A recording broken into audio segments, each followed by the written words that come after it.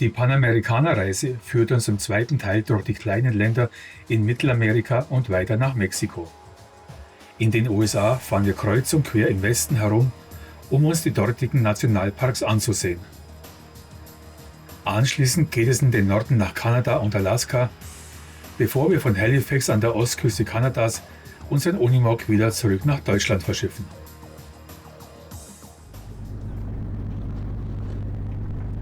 Wir sind hier am Panama-Kanal, der einzigen Wasserstraße in Mittelamerika, die den Atlantik mit dem Pazifik verbindet. Der Kanal ist 82 Kilometer lang und es gibt insgesamt 5 Schleusenanlagen. Bei der Fahrt überwinden die Schiffe einen Höhenunterschied von 28 Metern. Der Kanal ist 1914 zum ersten Mal befahren worden. Gebaut wurde er von den USA, die 85 Jahre lang die Kontrolle über die Kanalzone hatten. Erst seit dem 31. Dezember 1999 gehört der Panama-Kanal offiziell dem Land Panama.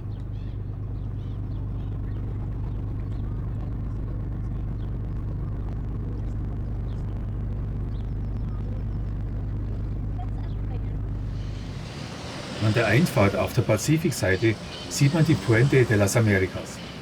Sie verbindet Panama-Stadt mit dem Inland und wir überqueren dabei den Panama-Kanal. In Mittelamerika sind wir die meiste Zeit auf der Panamericana unterwegs. Sie ist sozusagen die Hauptstraße durch die Länder und der Zustand ist relativ gut und sie wird ständig unterhalten.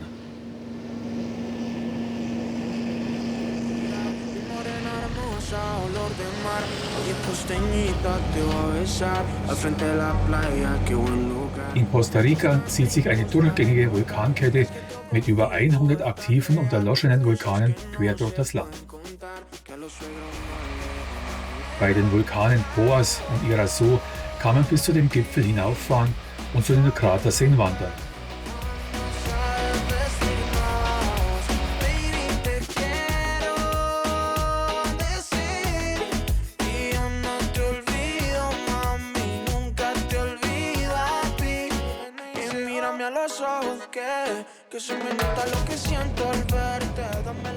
Costa Rica ist zwar nur 300 Kilometer lang, hat aber mehr als 1200 Kilometer Küstenlinie mit vielen Strandabschnitten. Und hier findet man auch noch das ein oder andere einsame Plätzchen.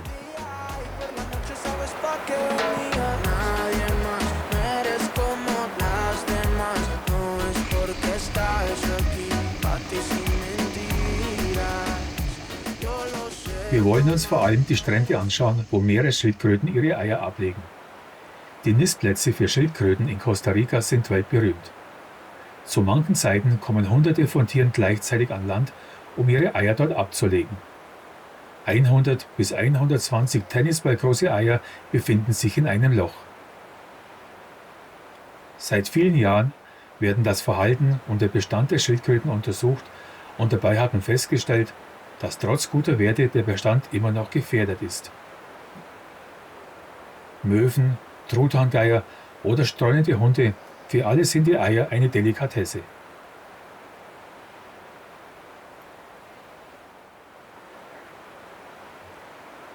Es dauert zwischen 50 und 60 Tagen, bis die Jungen aus den Eiern schlüpfen. Wir sind schon sehr früh morgens am Strand und sehen immer wieder, wie die kleinen Schildkröten mühsam aus den Löchern herauskrabbeln und sich auf den Weg ins Meer machen.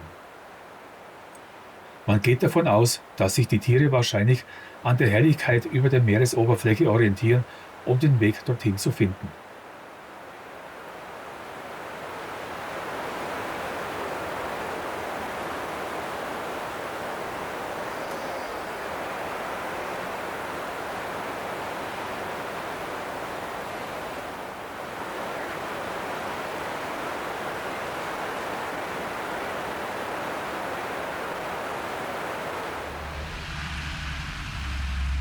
Wir reisen nun von Costa Rica aus und nach Nicaragua ein.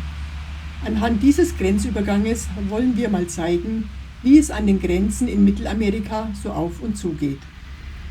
Wir folgen also den Beschilderungen und kommen zu den Büros bei der Grenzabfertigung, wo die ganzen Formalitäten erledigt werden. Hier in Costa Rica werden unsere Pässe ausgestempelt.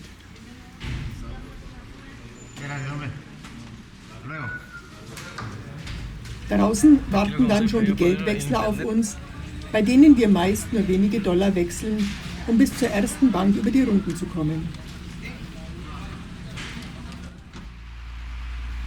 Dann geht es weiter an die Grenze zu Nicaragua, wo alle einreisenden Fahrzeuge desinfiziert werden.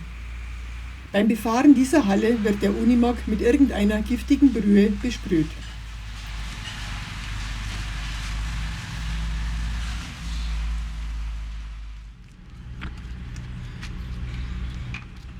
Anschließend kommen verschiedene Grenzbeamte vorbei, um den Unimog anzuschauen. Meist reicht ihnen dabei ein neugieriger Blick ins Fahrzeuginnere und sie begnügen sich mit einer oberflächlichen Kontrolle von außen.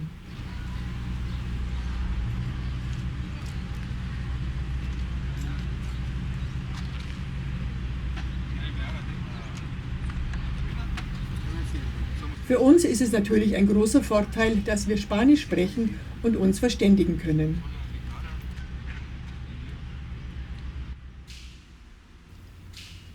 Danach müssen wir die notwendigen Einreiseformulare ausfüllen. Ab Mittelamerika wird an jeder Grenze eine Gebühr fällig. Hier in Nicaragua waren es damals 7 US-Dollar pro Person.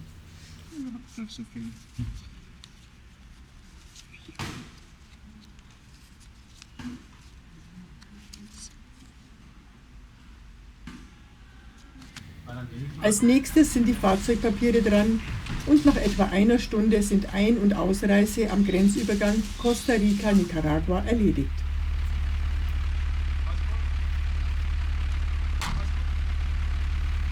Bevor wir den Grenzhof verlassen dürfen, gibt es noch eine letzte Kontrolle, um sicherzugehen, dass wir alle Stempel haben.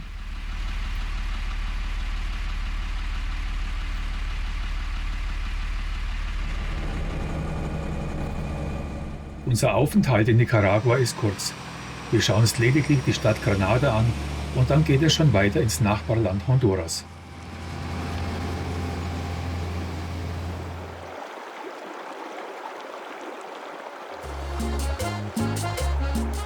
Die größte Sehenswürdigkeit in Honduras sind die Ruinen von Copán. Copán war eine wichtige Maya-Stadt zwischen 200 und 800 nach Christus. Zeitweise sollen da bis zu 30.000 Menschen gelebt haben. Diese große Zahl hat wahrscheinlich auch zum Untergang der Anlage geführt, weil man die Bevölkerung einfach nicht mehr ernähren konnte.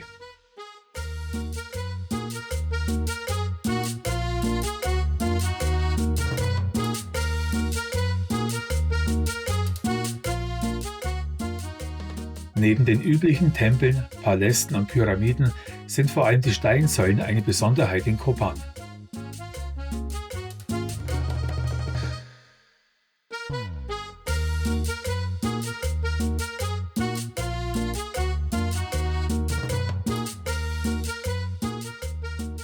Von Copán sind es gerade mal 12 Kilometer bis zur Grenze nach Guatemala. Seit unserer Ankunft in Mittelamerika ist es bereits das 5. Land und das innerhalb von 6 Wochen.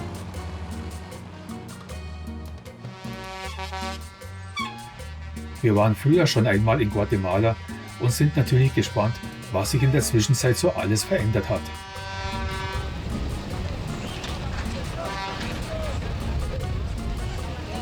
Das Wichtigste für die Einheimischen im Hochland sind immer noch die Markttage. Und da geht es noch genauso wirr und chaotisch zu, wie wir es in Erinnerung haben. Einen Markt in Guatemala muss man einfach selbst erlebt haben, sonst kann man sich das ganze Gewimmel und Treiben nicht vorstellen. Unseren Unimog lassen wir an solchen Tagen lieber weit außerhalb stehen und sind lieber mit einem einheimischen Bus unterwegs, um den Markt dann zu besuchen.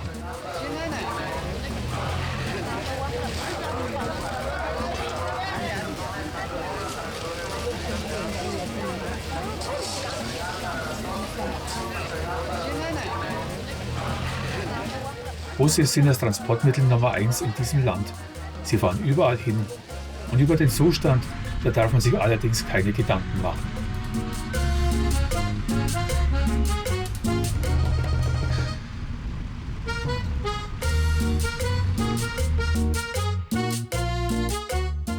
Nachdem wir uns mit Vorräten eingedeckt haben, geht es zurück zu unserem Stellplatz am Atitlansee. An seinen Ufern stehen die 3 Vulkane Toliman, Atitlan und San Pedro. Der See liegt etwa auf 1500 Meter bei der Ortschaft Panajachel. Das anfangs schöne Wetter hält aber leider nicht sehr lange an. Nach ein paar Tagen fängt es zu regnen an. Erst leicht, dann immer heftiger, bis die Straßen unter Wasser stehen. Als wir rausgehen, sehen wir bereits die ersten Erdrutsche auf einer der beiden Zufahrtsstraßen. Im Radio hören wir, dass ein Hurrikan über Mittelamerika hinwegzieht und dass es deshalb in Guatemala zu heftigen Regenfällen kommt.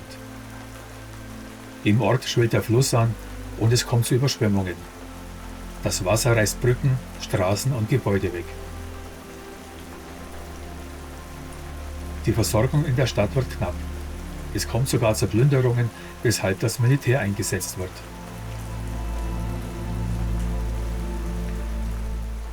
Die Einheimischen sammeln das angeschwemmte Treibholz im See, damit sie kochen und heizen können.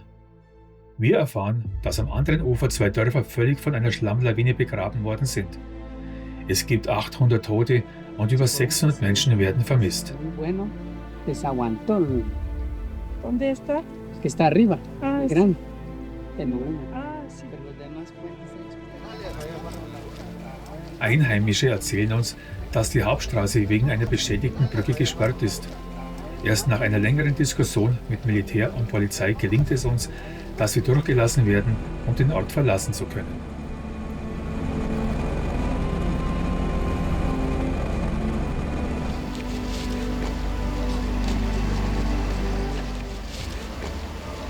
Als wir wieder auf der Panamericana unterwegs sind, sehen wir, dass ein riesiges Stück weggespült worden ist.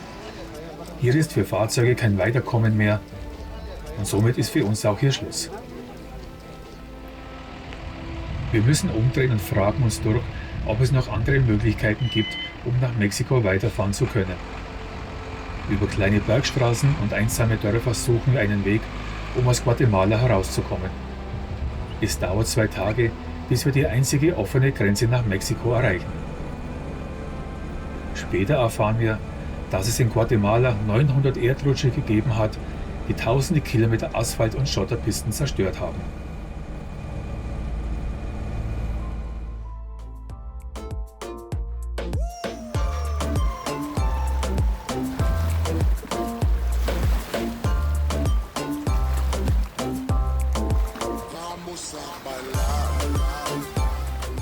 In Mexiko angekommen, erholen wir uns erst einmal von den Aufregungen und dem ganzen Stress, der hinter uns liegt.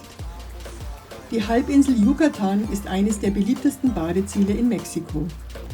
Vor allem die Ostküste mit ihren langen Karibikstränden und dem türkisblauen Meer ist bei Touristen sehr beliebt.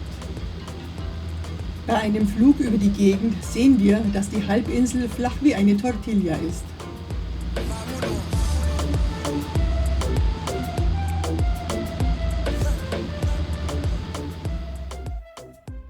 Yucatan ist auch bekannt für seine Maya-Ruinen. Chichén Itzá ist eine der besterhaltenen Ruinenstädte. Auffällig ist vor allem die Stufenpyramide Kukulkan.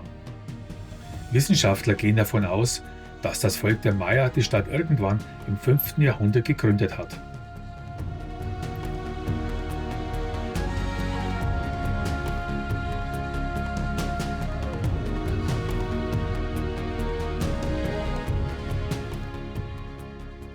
Charakteristisch für Uxmal sind die großen, fast quadratischen Plätze, die auf allen Seiten von langgestreckten Gebäuden umgeben sind.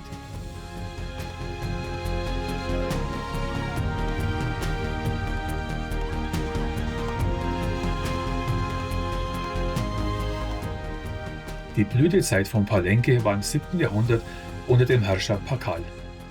Warum die Mayas die Stadt wieder verlassen haben, ist den Archäologen immer noch ein Rätsel. Auch andere Völker haben in Mexiko Spuren hinterlassen.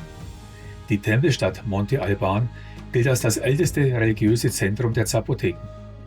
Bis zu 30.000 Menschen lebten im 5. und 6. Jahrhundert in der Anlage.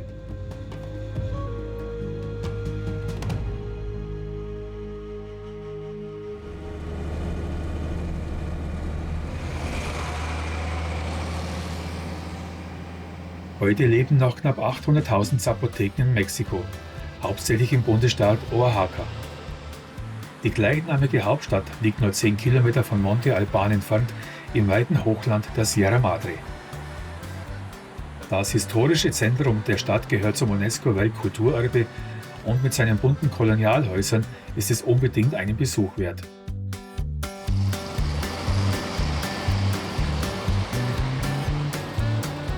Wir machen uns nun auf die knapp 600 Kilometer lange Fahrt nach Mexiko-Stadt. Die Hauptstadt ist das wirtschaftliche und politische Zentrum des Landes. Mit schätzungsweise 25 Millionen Einwohnern ist sie eine der größten Metropolen der Welt. Mexiko-Stadt liegt auf einer Höhe von 2300 Metern. Die Stadt leidet an Überbevölkerung, massiver Luftverschmutzung und Wasserknappheit. Trotzdem gefällt es uns hier ausgesprochen gut.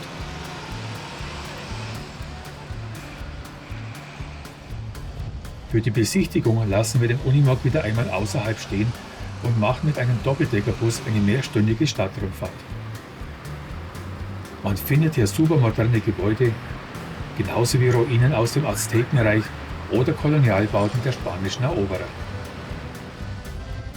Die älteste und größte Kathedrale des amerikanischen Kontinents steht direkt am Zócalo, dem Hauptplatz der Stadt.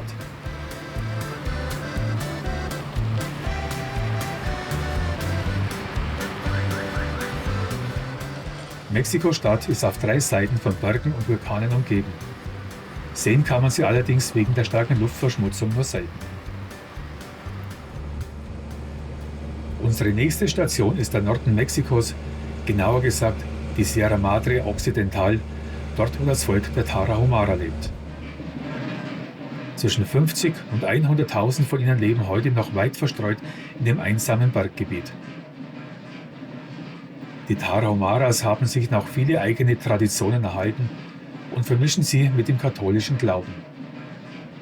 Ihre Feste sind deshalb ein Durcheinander aus Naturreligion und katholischen Bräuchen, was man hier bei der Osterprozession ganz deutlich sehen kann.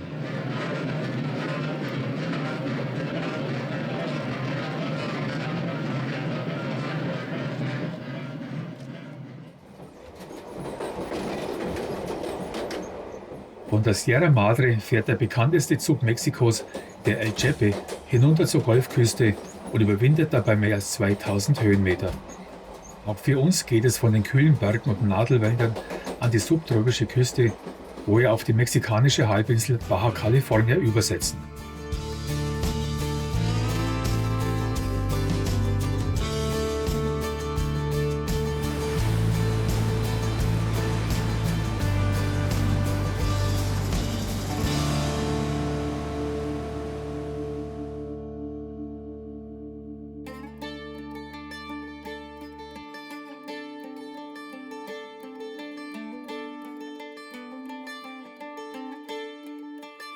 Die Baja California ist eine schmale Halbinsel im Westen Mexikos. Sie liegt zwischen dem Pazifik und dem Golf von Kalifornien. Die Landschaft besteht größtenteils aus Wüste, Bergen und Kakteen. Man kann die Baja California das ganze Jahr über bereisen. Das Klima ist ganzjährig warm bis heiß.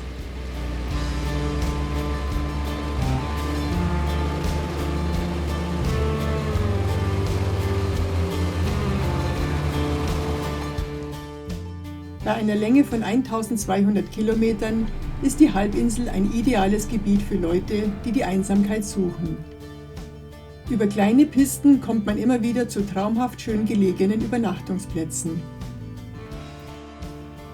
Die Baja ist auch ein beliebter Treffpunkt für Reisende, die mit ihren eigenen Fahrzeugen auf dem amerikanischen Kontinent unterwegs sind.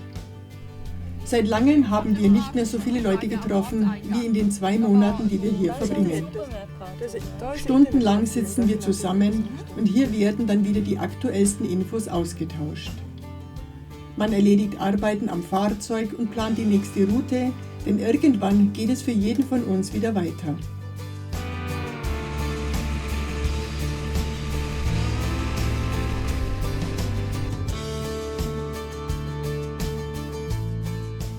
Überall auf der Halbinsel gibt es Truthahngeier.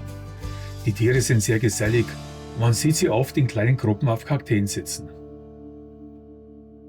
Auch sonst hat die Baja California viel für Naturliebhaber zu bieten. Sie ist bekannt für ihre abwechslungsreiche Tier- und Pflanzenwelt und hier wachsen einige der höchsten Kakteen der Welt.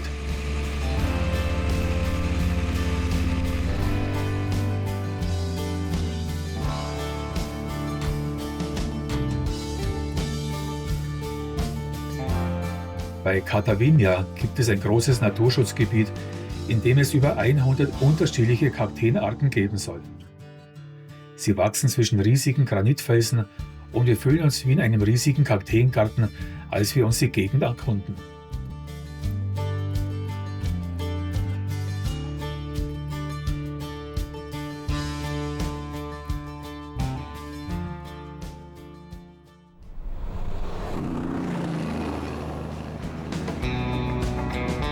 Ja, und damit geht unsere Zeit in Mexiko zu Ende.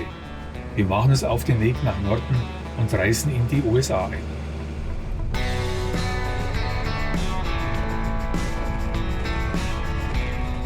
In den USA bleiben wir noch in der Wüste und durchqueren als erstes Estes Valley. Das Tal des Todes liegt direkt an der Grenze der beiden Bundesstaaten Kalifornien und Nevada und gilt als einer der heißesten Orte der Welt.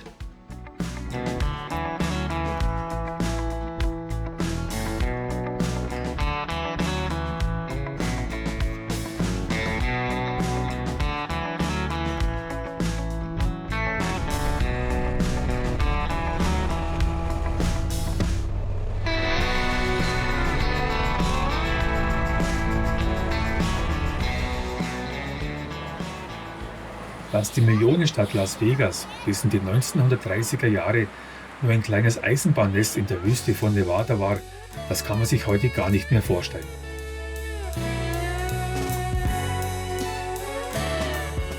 Las Vegas ist eine Stadt der Superlative. Sie ist die am schnellsten wachsende Stadt in den USA. Hier gibt es die größten und teuersten Hotels, die spektakulärsten Casinos, die glanzvollsten Shows und jedes Jahr kommen fast 40 Millionen Besucher hierher.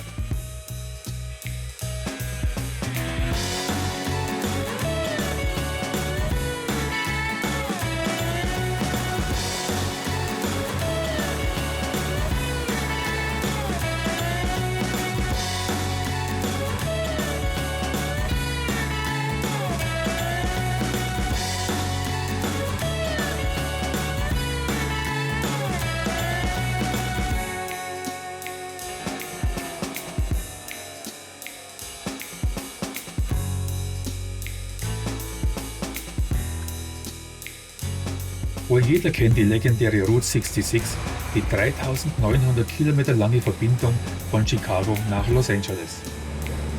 Wir befahren die Strecke zwischen Kingman und Seligman und fühlen uns dabei wie auf einer Zeitreise.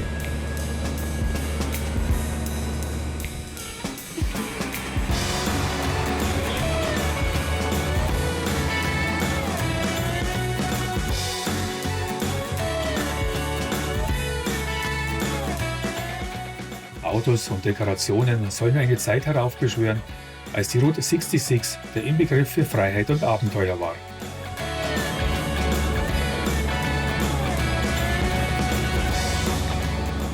Uns zieht es weiter in die Einsamkeit und wir fahren zum Colorado Plateau. Das Plateau ist eine Hochebene, die sich über die 4 Bundesstaaten Arizona, Utah, Colorado und New Mexico erstreckt. Der Name kommt vom Colorado River, der sich hier über Millionen von Jahren in die Gesteinsschichten gegraben hat.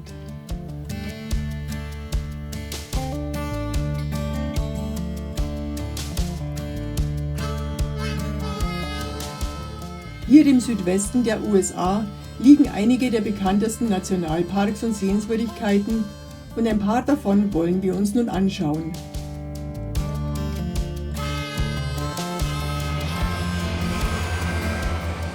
An der Grenze zwischen Arizona und Utah liegt das Monument Valley, wo wir schon von weitem die bekannten Felstürme sehen. Ähnliche Sandsteinformationen befinden sich im 50 Kilometer entfernten Valley of the Gods, dem Tal der Götter.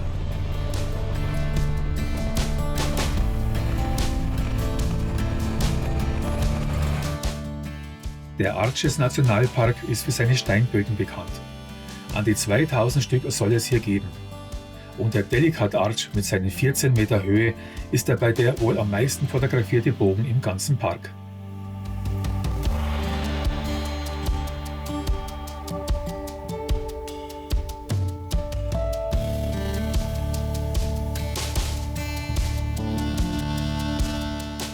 Im Bryce Canyon sind die bizarren Felsnadeln die Sehenswürdigkeit.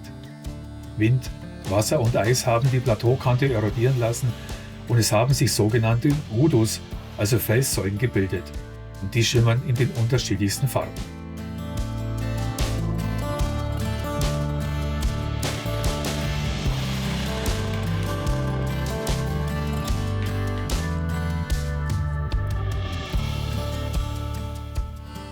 Dass das Colorado-Plateau schon lange vor der Ankunft der Weißen besiedelt worden ist, sieht man zum Beispiel an den alten Felszeichnungen.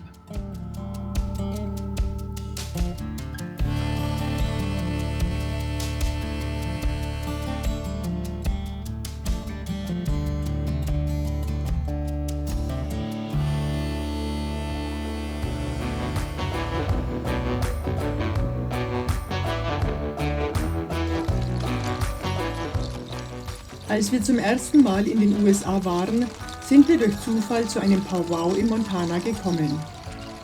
Damals waren wir fast 2 Wochen bei einer Familie im Crow-Reservat und dieses Mal haben wir unsere Route so gelegt, dass wir sie beim Powwow wiedersehen.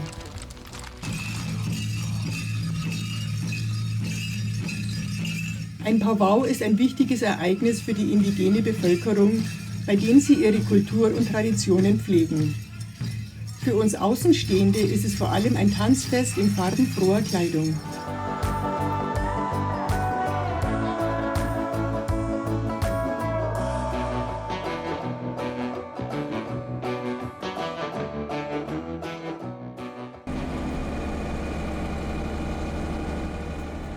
Wir sind hier unterwegs in der weiten Prärielandschaft der Staaten Montana und Wyoming.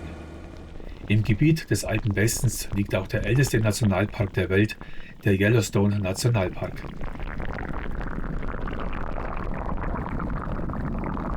Er ist 1872 gegründet worden und bekannt für seine heißen Quellen, Geysire und Schlammtöpfe.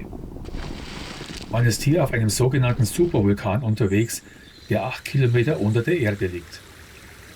Die Magmakammer dieses Vulkans ist für die Aktivitäten über der Erde verantwortlich.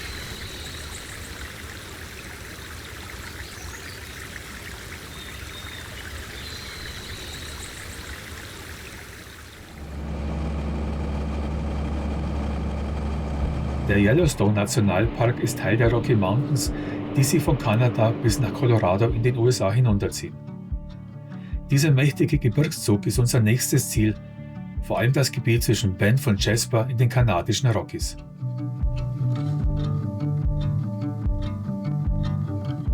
Die Parkstraße gilt als eine der schönsten Panoramastraßen der Welt.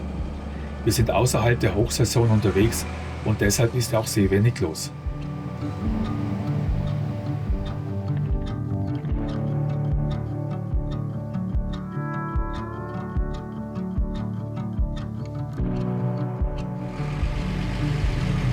Aber mit unserem Unimog wollen wir natürlich nicht nur auf Teerstraßen unterwegs sein, sondern auch kreuz und quer durch die kanadischen Wälder fahren.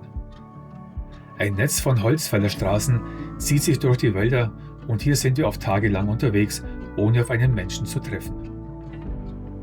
Dafür haben wir auch immer wieder Gelegenheit, Tiere aus nächster Nähe zu beobachten.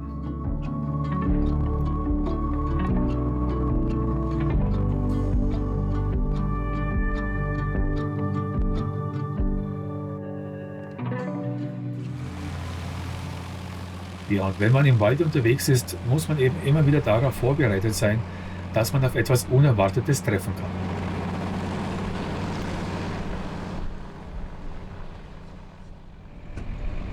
Eine der berühmtesten Straßen in Nordamerika ist der Alaska Highway. Er geht von Dawson Creek in Kanada bis nach Delta Junction in Alaska und ist knapp 2300 Kilometer lang. Weil die Amerikaner während des Zweiten Weltkriegs eine Invasion in Alaska befürchtet hatten, wurde die Straße in einer Rekordzeit von nur 8 Monaten gebaut. Die ehemalige Militärstraße ist heute gut ausgebaut. Hier werden wir nun nach Norden folgen.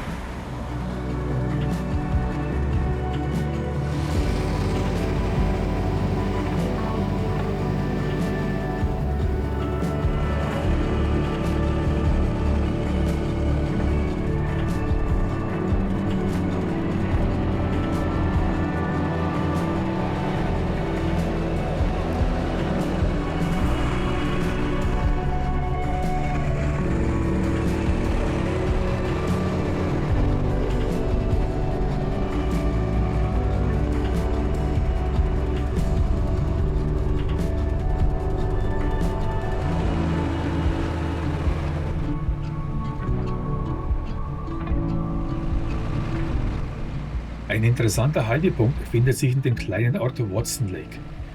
Einer der Soldaten hat beim Bau des Alaska Highways ein Schild seiner Heimatgemeinde aufgehängt. Diesem Beispiel sind im Laufe der Zeit viele Menschen gefolgt und auch wir haben ein Schild von unserem damaligen Wohnort mit dabei. Vor unserer Abreise haben wir ein Schild mit dem Wappen der Gemeinde überreicht bekommen. Bereits bei unserer ersten Nordamerika-Reise in den 1990er Jahren haben wir ein ausrangiertes Ortsschild aufgehängt. Inzwischen ist der Schilderwald in Watson Lake auf weit über 100.000 Stück aus der ganzen Welt angewachsen. Man findet hier wirklich alles. Autokennzeichen, Firmenschilder, Straßennamen und natürlich Ortsschilder. Von der Touristeninformation in Watson Lake werden immer wieder neue Pfähle aufgestellt, weil die Bekanntheit des Schilderwaldes rasant gestiegen ist. Er ist inzwischen in jedem Reiseführer zu finden und alle Reisenden, die auf dem Alaska Highway unterwegs sind, stoppen hier. Auch wir verewigen uns bereits zum zweiten Mal im Norden Kanadas.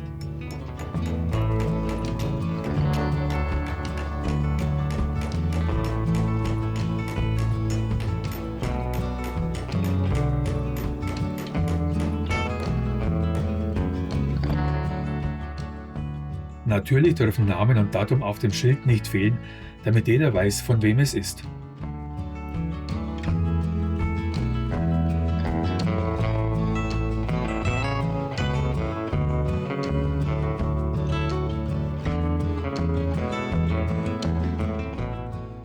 Danach laufen wir lange Zeit durch den ganzen Schilderwald und schauen uns an, was hier alles so herumhängt. Neben den ganzen amerikanischen Schildern gibt es auch viele deutsche Ortsschilder.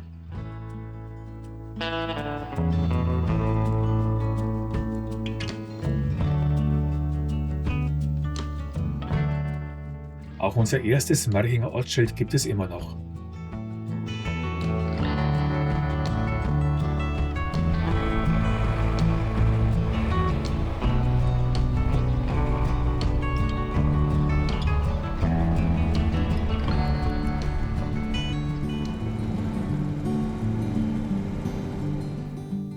Für unser nächstes Ziel müssen wir den Alaska Highway verlassen, denn wir wollen in die Goldgräberstadt Dawson City.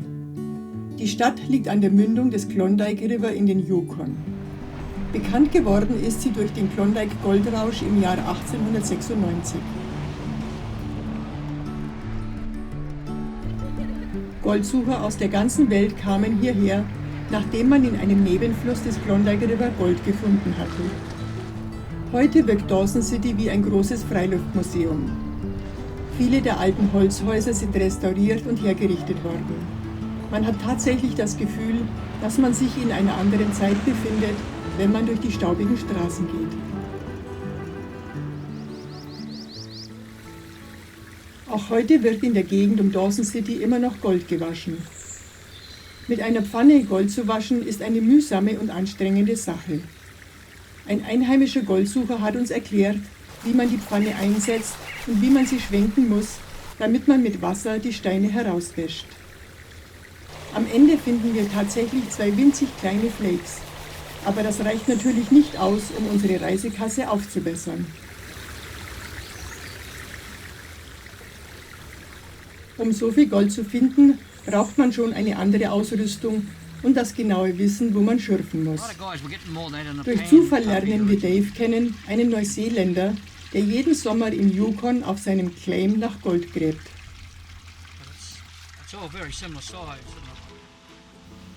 Das Prinzip der Goldsuche hat sich seit der Zeit des Goldrausches nicht wesentlich verändert. Das Erdreich wird mit Hilfe von Wasser durchspült und die leichteren Steine werden dabei ausgesondert. Das Gold ist schwerer und fällt durch die Löcher in der Rolle auf eine Art Gummimatte. Diese wird am Ende des Tages mit der Hand ausgewaschen.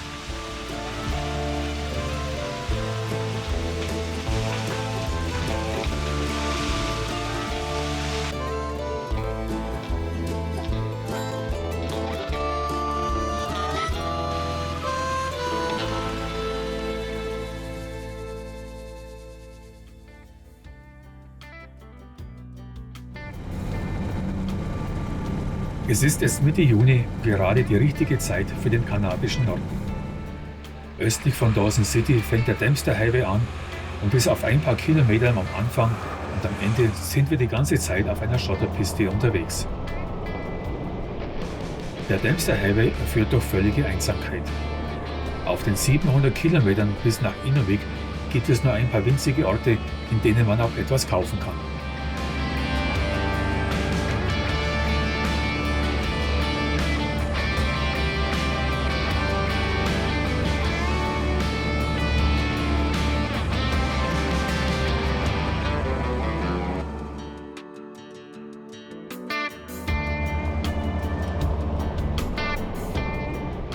Der Dempster Highway ist in Kanada die einzige Straße, die über den Polarkreis hinaus in den Norden führt. Sie wurde 1979 offiziell eröffnet und folgt einem alten Hundeschlittenweg, auf dem man in früheren Zeiten hier im Winter unterwegs war.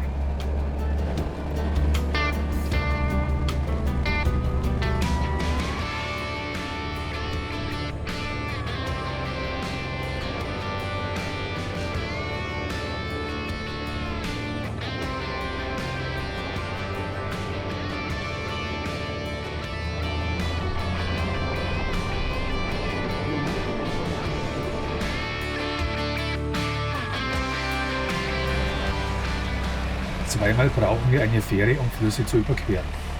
Beide Fähren werden von der Regierung unterhalten und sind kostenlos.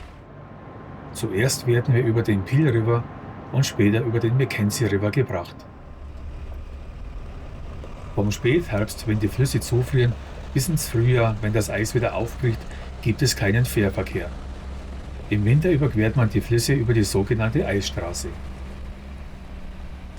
Der Bau des Dempster Highways war eine große Herausforderung, denn die Strecke führt durch Permafrostboden, der in der Sommerhitze auftaut.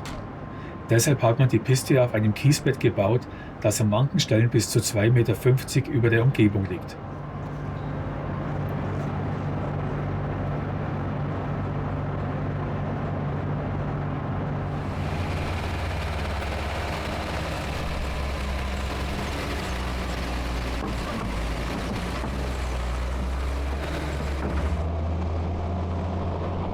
Wir lassen uns für die Fahrt auf dem Dempster Highway 2 Tage Zeit, bis wir am Ende Inuvik erreichen. Inuvik ist die größte Stadt nördlich des Polarkreises. Sie liegt in den Northwest Territories. Die Stadt ist erst Anfang der 1950er Jahre gebaut worden und hat etwa 3300 Einwohner.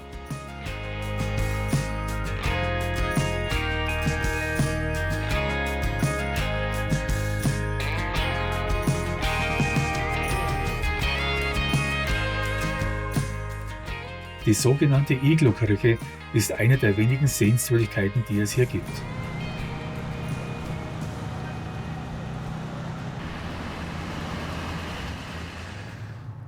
Heute, am 21. Juni, am längsten Tag des Jahres, sind wir in Inuvik, am nördlichsten Punkt unserer Reise. Und das Besondere ist, dass hier 24 Stunden die Sonne nicht untergeht. Die Mitternachtssonne am 21. Juni wird von den Einheimischen mit einem großen Fest gefeiert. Mittags gibt es ein großes Buffet, am Abend finden dann Musikveranstaltungen und Tänze statt. Männer, Frauen und Kinder beteiligen sich daran und alle tragen zu den Tänzen ihre traditionelle Kleidung.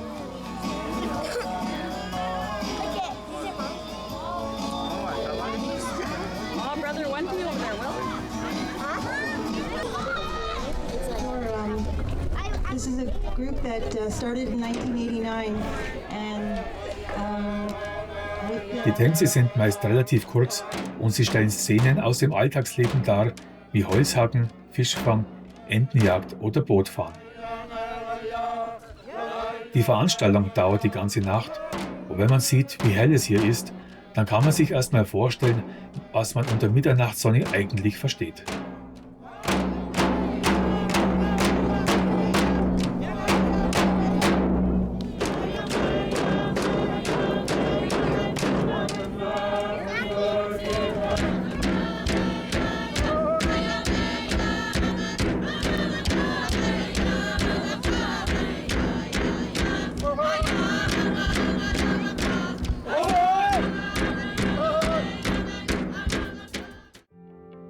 Alaska ist sozusagen der letzte Abschnitt unserer Panamerikanerreise.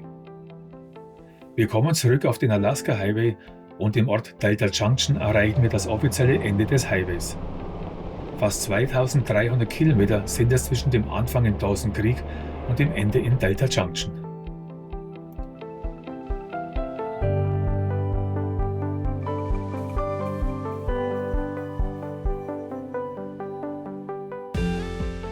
Die Amerikaner haben den Russen im Jahre 1867 Alaska für $7 Millionen abgekauft. Man wusste damals noch nicht, dass es hier riesige Bodenschätze gibt, und im Nachhinein betrachtet war dieser Kauf ein richtiges Schnäppchen.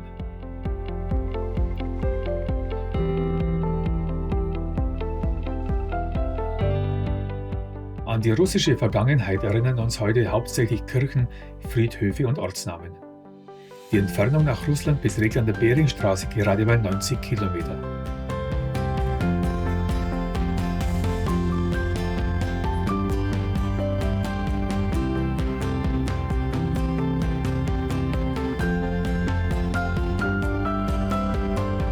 Zu den beliebtesten Freizeitbeschäftigungen in Alaska, da gehört das Fischen.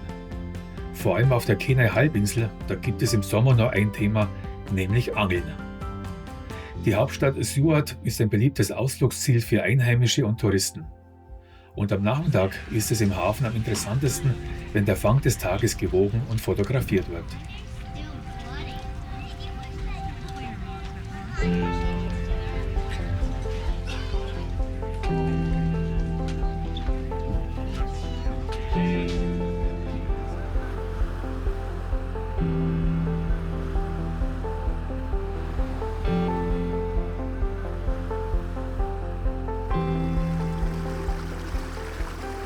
Wenn ab Mitte Mai die Saison zum Lachseangeln beginnt, ziehen an den Wochenenden regelmäßig ganze Familien an die Flüsse und Bäche in Alaska. Dicht gedrängt stehen die Fischer dann im Wasser und am Ufer. Today, luck has to change. Today has to be better. Today we will. Today we're we took our time, got everything ready. We're gonna hit the river, and we're prepared. Irgendwann werden auch wir vom Angelfieber gepackt und Klaus will ebenfalls sein Glück versuchen. Er besorgt sich eine Kiste passender Haken und Blinker, kauft sich eine Angelerlaubnis und hüfthohe Anglerhosen, damit er mitten im Geschehen sein kann.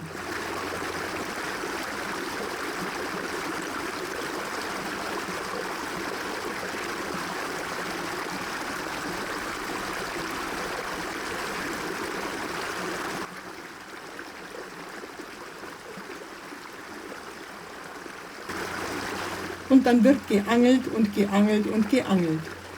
Aber ganz so einfach, wie es immer ausschaut, ist die Sache mit dem Angeln natürlich nicht.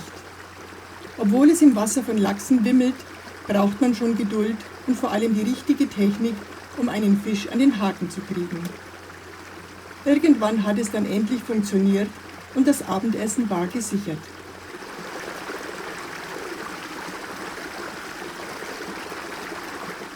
Nicht nur uns Menschen schmecken die Lachse, auch für Bären sind sie ein Leckerbissen.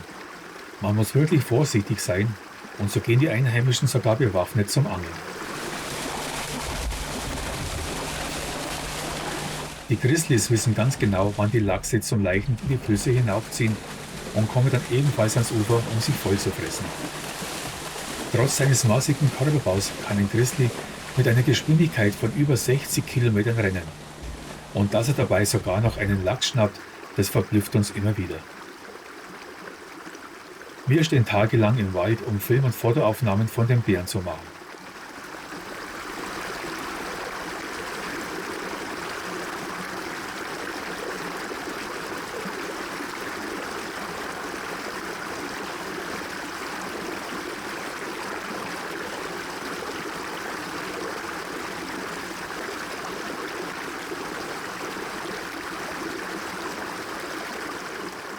Die Braunbären sind in ganz Nordamerika verbreitet.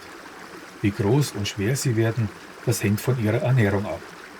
Üblicherweise werden sie zwischen 1,50 Meter und 2,50 Meter groß.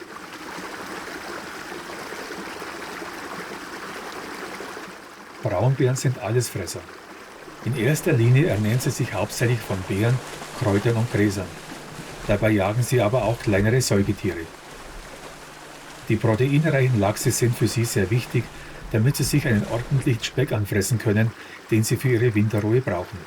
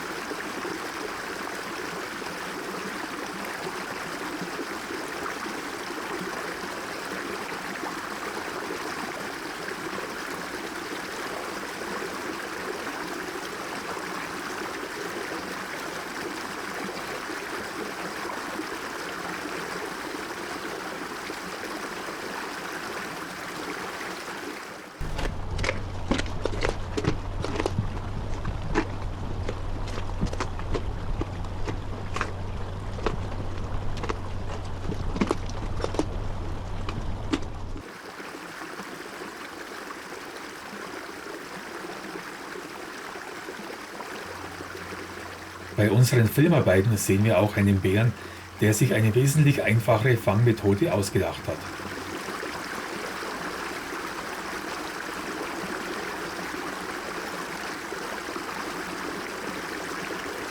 In Alaska werden in den Flüssen Zählstationen eingerichtet, um die zum Leichen zurückkehrenden Lachse zu zählen. Dazu wird ein Fluss mit einem Gitter abgesperrt und dieser Bär hier hat herausgefunden, dass an dieser Zählstation die Fische nicht durch das Gitter entkommen können. So kann er sich in aller Ruhe einen Lachs nach dem anderen schnappen.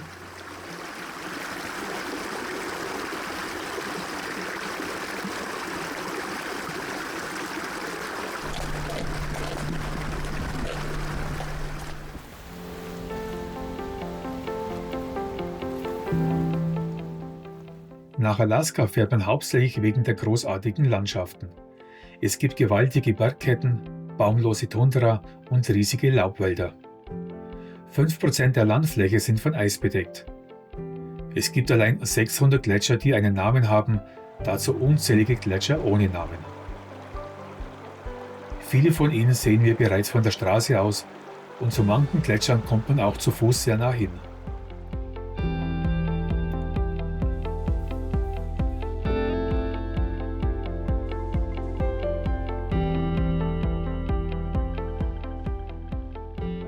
Um sich ein besseres Bild von dieser imposanten Eis- und Schneelandschaft machen zu können, sollte man einmal über die Bergwälder Alaskas fliegen. Aufgrund der wechselnden Wetterbedingungen dauert es einige Zeit, bis wir an einem schönen Tag endlich ein knallrotes Wasserflugzeug chartern können, um uns Teile der Gletscherwelt Alaskas von oben anzuschauen.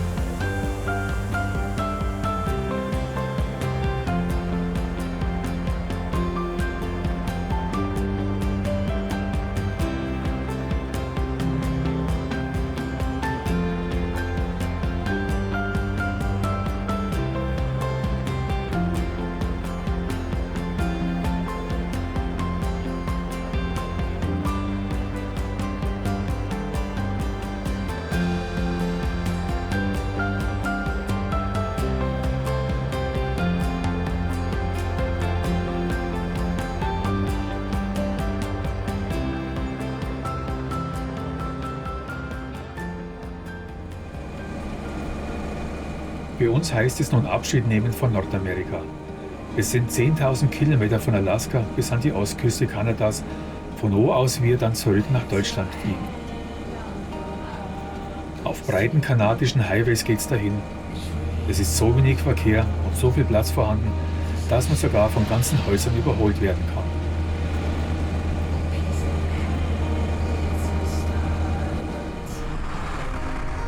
Wir sind fast die ganze Zeit auf dem Trans-Canada Highway unterwegs und tagelang geht es nur in Richtung Osten. Wir durchqueren dabei fast alle kanadischen Provinzen und mehrere Zeitzonen. 5-mal müssen wir uns auf dem Weg nach Halifax die Uhr umstellen.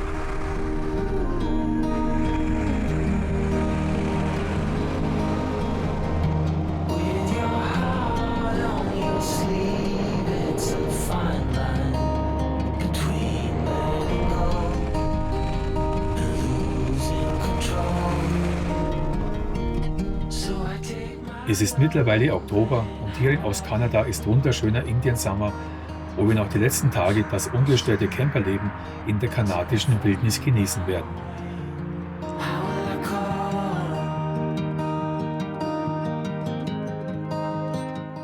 Zum Camping gehört natürlich auch immer ein Lagerfeuer, das man hier problemlos überall machen darf und auch zum Inbegriff der kanadischen Lebensweise gehört. Meistens haben wir trockenes Feuerholz dabei. Und wenn wir mehr brauchen, dann gibt es das oft auf den Campingplätzen. Holzmangel gibt es hier in den kanadischen Wäldern mit Sicherheit nicht.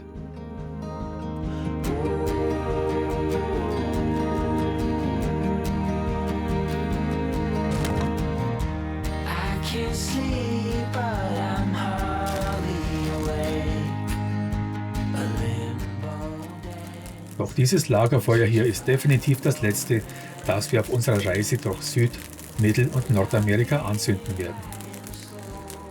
Für uns ist das schon sowas von normal geworden, dass wir den ganzen See tagelang für uns allein haben.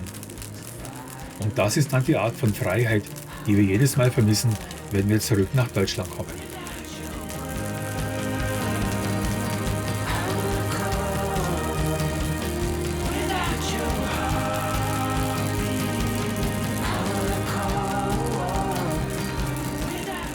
Als wir abends noch lange am Feuer sitzen, da gehen uns sehr viele Gedanken durch den Kopf, was wir alles so in den letzten Jahren erlebt und gesehen haben.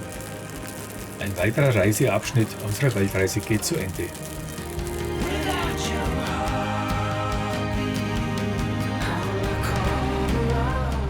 Als wir den Leuchtturm von Peggy's Cove an der Ostküste Kanadas erreichen, ist definitiv das Ende unserer Panamerikaner-Reise da, das wir mit einer Verschiffung nach Südamerika begonnen hat. 150.000 Kilometer später stehen wir wieder am Atlantik, dieses Mal aber in Nordamerika. Für uns schließt sich nun der Kreis, doch unsere Weltreise geht weiter, wir bleiben weiterhin auf Achse.